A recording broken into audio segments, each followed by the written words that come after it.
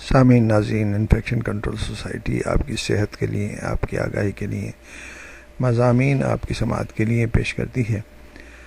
آپ کا میزبان ڈاکٹر حسن نواب آپ کی خدمت میں حاضر ہے۔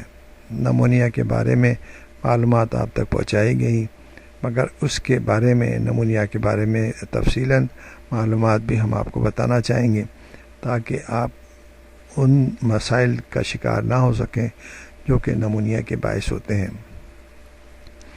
وائرل نمونیا کیا ہوتا ہے؟ یعنی کہ وائرل ڈیزیزز جو ہیں، وائرسز جو ہیں، وہ بھی نمونیا کاز کرتی ہیں۔ بڑی عمر کے لوگوں میں وائرسز جو ہیں وہ تقریباً اچھے خاصے تعداد میں انفیکشن پیدا کرتے ہیں، اور بچوں میں بھی تقریباً 15% نمونیا جو ہے، 15% نمونیا وائرس کے ذریعے ہوتا ہے۔ جو سب سے کامن وائرسز ہیں وہ رائنو وائرسز ہیں، کورونا وائرسز ہیں، انفلوئنزا وائرس ہے، ریسپریٹری سنسیٹیل وائرس، ایڈینو وائرس، پیرا انفلوئنزا، ہرپیس سمپلیکس وائرس جو ہے، یہ وائرسز جو ہے یہ وائرل نمونیا پیدا کرتے ہیں۔ وائرل نمونیا ان کیسز میں بھی ہو سکتا ہے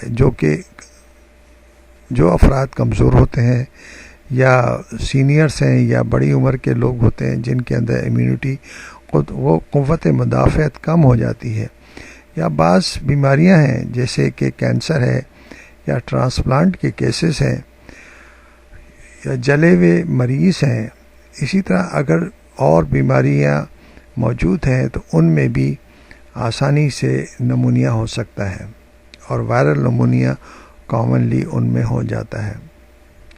اسی طرح آرگن ٹرانسپلانٹ کے کیسز ہیں، ایمونو کمپرومائزڈ افراد ہیں، ان میں ایمونو کمپرومائز افراد میں اور آرگن ٹرانسپلانٹ کیسز میں سائٹومیگلو وائرس نمونیا کے خاصے کیسز نظر آتے ہیں۔ بعض دفعہ وائرل انفیکشن کے ساتھ بیکٹیریل انفیکشن بھی شامل ہو جاتا ہے، اور انفیکشن زیادہ سیویئر ہو جاتا ہے، نمونیا زیادہ سیویئر ہو جاتا ہے، اور اس کی وجہ سے مریض مختلف پیچیدگیوں اور کمپلیکیشن کا شکار ہو جاتا ہے۔